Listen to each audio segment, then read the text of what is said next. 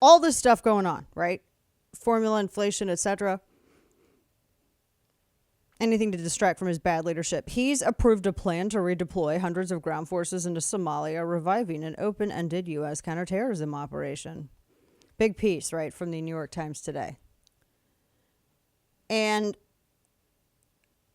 this, I have a couple of other things from it, including, give me a minute, including ABC and AP. So he's reversing Trump's action on it. And we're going to be involved in, I guess, a forever conflict now. He's signed the order to deploy troops to Somalia amid heightened concerns about their country's Islamic extremist rebels, al-Shabaab. Which I'm not going to lie, totally sounds like a kebab. And they said the move is a reversal of Trump's decision. He removed almost all 700 special operations forces that had been there. This is after Defense Secretary Lloyd Austin requested the deployment to reestablish a persistent U.S. military presence in Somalia to enable a more effective fight against al-Shabaab, which has increased in strength and poses a heightened threat, etc., etc. So we're going to now be in a forever conflict. Forever. It's a forever war. Furthermore,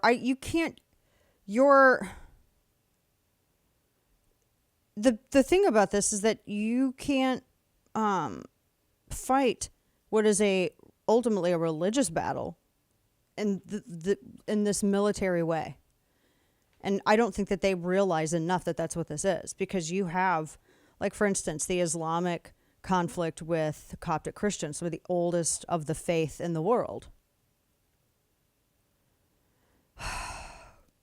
And of course, al-Shabaab has ties to al-Qaeda. They've made some territorial gains against Somalia's federal government in recent months. So they reversed any kind of ground gained by the African Union peacekeepers. They had pushed the militants into remote areas of the country. Why do you have to send all troops in?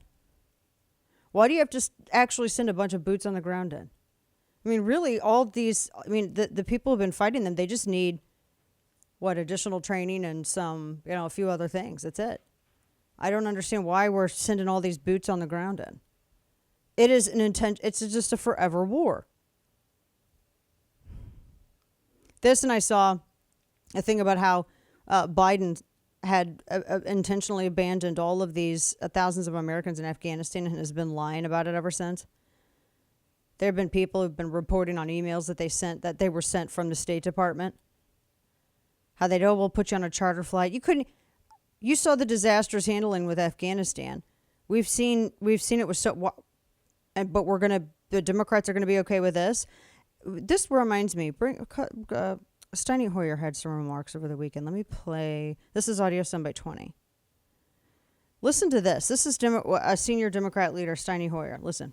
I don't know how the gentleman rationalizes his comments about Biden constricting petroleum production when the permits issued are 3 times, or said a different way, in 1 year, 3 times the number of permits that Mr. Trump issued in the first 3 years of his term.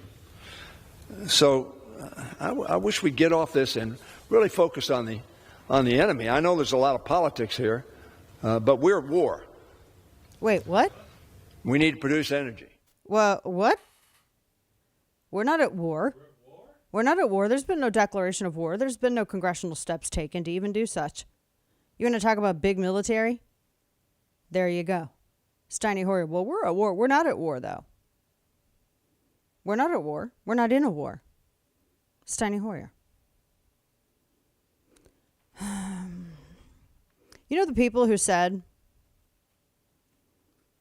I was looking at this.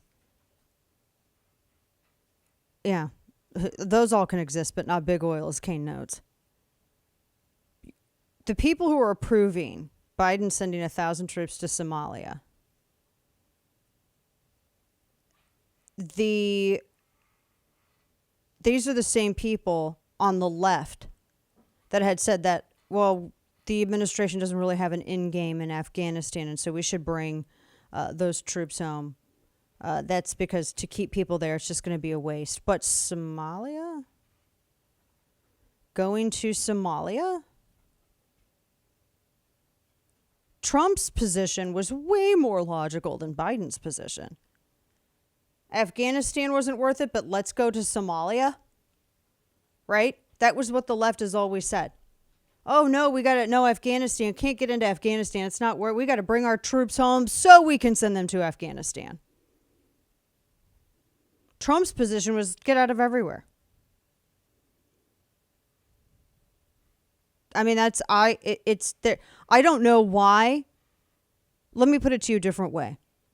Why is Somalia worth more American blood than Afghanistan? And I don't think Afghanistan is, but I'm just curious because Democrats are now saying that, oh, we got to get into Somalia. Yes, this is a great move by Biden. Okay, well, why? If Afghanistan wasn't worth it, then why is Somalia? I'm just shocked by this and people who are supporting it. This is just bizarre. Makes no sense, like most of the stuff in this administration.